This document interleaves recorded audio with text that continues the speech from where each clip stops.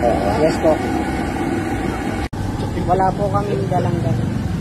Kasi minsan yung sa trabaho po kasi ang yes. Maraming netizen ang natuwa sa isang video at photos na ipinakita ni Jody Santa Maria sa kanyang Instagram na kung saan ay hinahalo niya ang nilulutong fishball at kung ano-ano pa.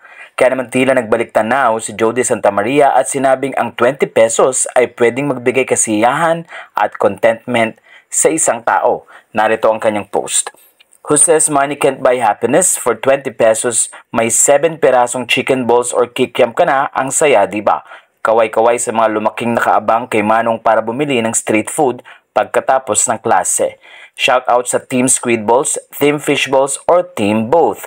Sa puntong ito ay tila maraming nakarelate sa kanya at isa na nga dito ay si Dr. Ging na ayon kay Doktora, Team Squid Balls naman siya.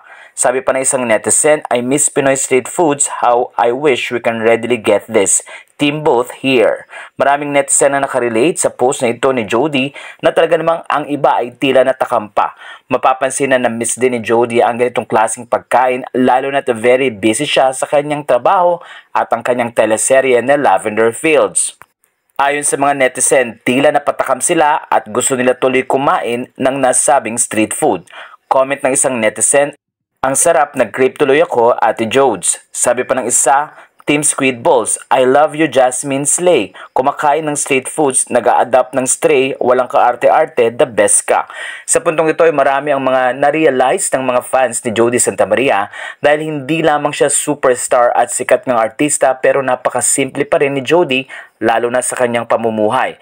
Ilang mga netizen ang bumilib na ilang mga gawain ang ginagawa ni Jody tulad ng pag-adapt ng mga stray cats at ito nga, ipinakita ni Jody na hindi kailangan gumastos ng malaki upang maging masaya.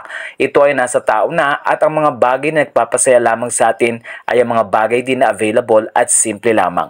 Kaya naman mula dito sa Pinoy Showbiz Latest, mukhang kakain din kami ng kikiam at fishballs ngayon.